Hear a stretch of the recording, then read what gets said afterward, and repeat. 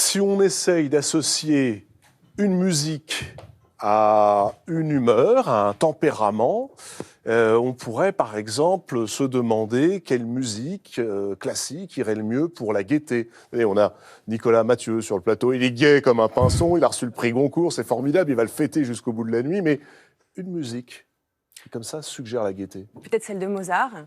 Mozart qui est lumineux, Mozart qui est blagueur, Mozart qui a écrit la marche turque en clin d'œil aux turqueries de l'époque avec les grelots sonores des costumes.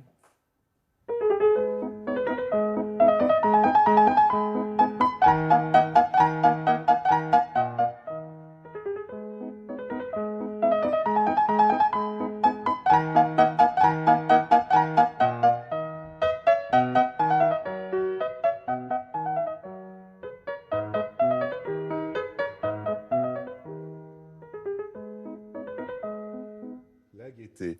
Alors, autre émotion, alors, une émotion qu'on a tous un jour à un moment ou l'autre, la colère. La colère, vous savez, la colère qui peut être la rage ou alors au contraire l'envie d'exister. La fougue, fougue. l'énergie. Ouais.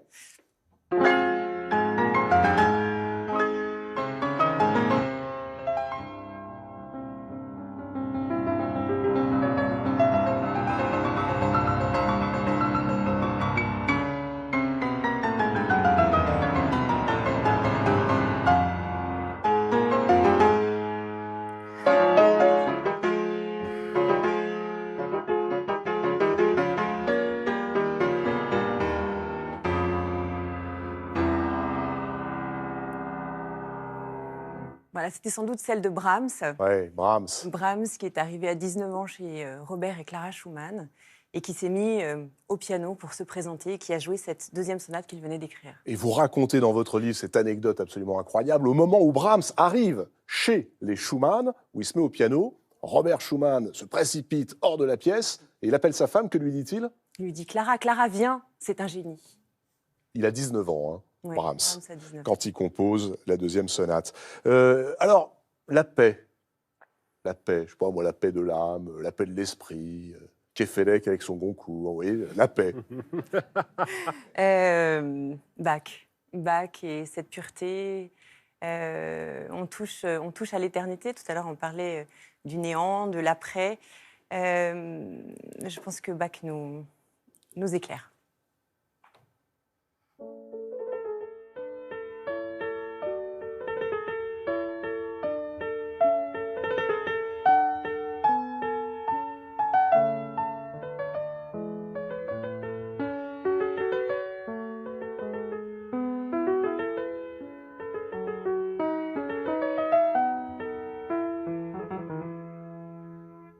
Et alors, un mot que j'adore, qui est peut-être celui auquel la lecture nous prépare quand on a terminé un bon livre, la rêverie. La rêverie, sans aucun doute Chopin. Une rêverie qui est nostalgique. Chopin a dû quitter son pays, la Pologne. Il en gardera toujours un regret, toujours une tristesse profonde. Et en même temps, il éclaire la nuit de sa tristesse avec les nocturnes et ce chant de main droite qui se dégage de l'accompagnement de la main gauche. Et on parle souvent des deux mains des pianistes. Et chez Chopin, il y a cette liberté des deux mains et cette mise en lumière, ces étoiles de la main droite.